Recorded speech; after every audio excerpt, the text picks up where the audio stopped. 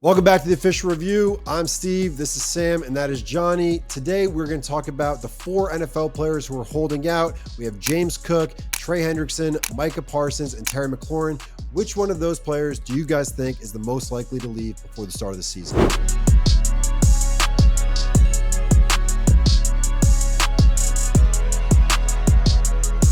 Technically, they're hold-ins because they're showing up so they don't get fined. There we go. I think the player I would least expect to play on their team. Now, I think most of them will probably play for their teams, but Trey Hendrickson, I mean, this has been a really long process for the past couple months where he requested a trade back in March or April, around the draft. And he's such a useful, I mean, he's on a 1-year contract, obviously. That's why he's holding out. He wants more money, but in a longer deal. But he's a guy who, led the league in sacks last year. He's still a very useful player for so many contenders. It seems like no one's biting at the Bengals ask for him, because I think they wanted like a first-round pick initially, and that's a lot for a 1-year guy. But at the same time, like, this player, he led the league in sacks. He's still very, top of his game. He is 30, I believe. So, the age is a little bit of a question in terms of signing him to a long-term deal. But if you're a team that needs to win this year, that's a win now move. So I like him for a lot of teams. So yeah, I could see the Bengals moving on from him. I would go with Trey Hendrickson as well. And the sole reason is because their ownership is just notoriously very cheap. They don't like paying guys.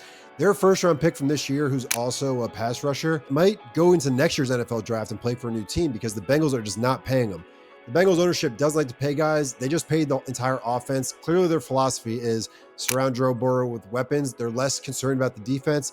So I think, yeah, it's definitely Trey Hendrickson as the most likely candidate to leave. And I kind of think he won't be a Bengal. I'm not going to lie. I think it's going to be Micah Parsons. Ooh.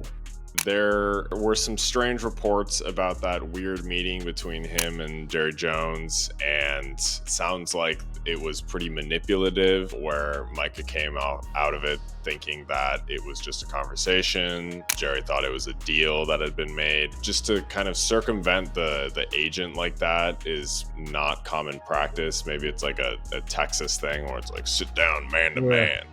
But something like that does sort of breach some trust between an owner and a player, and I could see him really forcing his way out there. The one thing I will add to that, to the point where Micah could leave, is I think out of all those 4 players, there might be the most interest from other teams in bringing him in.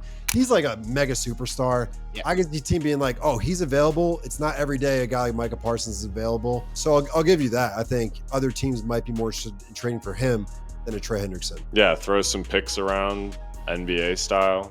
Yeah, he'll change your team more than I think Trey Hendrickson would. So, 100%. I mean, he's probably top 10 value player in the league. You can't get much better than Micah Parsons. If someone came into my apartment right now and put a gun to my head saying, is Micah Parsons going to be a Hall of Famer? I'd be like, yeah, he will. If someone did that with Trey Hendrickson. Why are you asking me this with a gun to my head? Kind of out of why are you in my apartment? Do you want anything? Who bugged you up here? Yeah, so I think Micah Parsons is just that next level star player, Lawrence Taylor-esque, where I think he just changes your entire culture, while Trey Hendrickson, I think, is just a very, very talented and valuable piece. Micah Parsons is like a culture changer. I'll tell you who I don't think is going to get moved. I don't think Terry gets moved. I think they work out a deal, and I think it will end up being in Washington's favor. Simply because I just don't think Terry has the leverage that he thinks he has. I mean, you look at a guy like Courtland Sutton, who signed another contract extension last week for $10 million a year less than what Terry's asking for. They're both the same age. They both had very similar statistical seasons last year. I do think Terry's a better receiver than Courtland Sutton. But if you're looking at it from the Commanders' point of view, there's no way you can justify paying, Terry's such a good culture guy and is such like a good guy just generally that like he really does mean a lot to the franchise, but you can't justify, giving him $10 million more a year than Courtland Sutton. He's going to be 30. Generally speaking, wide receivers drop off pretty hard at 32. And I just don't think there's going to be like necessarily this market to pay him the money that he wants out there beyond the Commanders. I think if any team will give him more money, it's going to be the Commanders just because of the hometown value. So I have a hard time seeing, Terry getting exactly what he wants. I think eventually he'll come to the table and they'll reach a side, probably more than what Sutton got paid, but not as much as Terry wants. Also, like, what more? Like, Terry McLaurin has played on a lot of bad Washington teams. They finally got good last year. There are very few teams that would be as exciting to play for as the Commanders. If you're a guy like McLaurin, this is probably your best chance to win that you've ever had. Why not stay with the team that you've been doing it with? You have Jaden Daniels. Like, that's got to be a fun place to play. If I was Terry McLaurin, I would definitely try to work something out. Yeah, I feel like Scary Terry likes being in Washington, and I think he'll stay.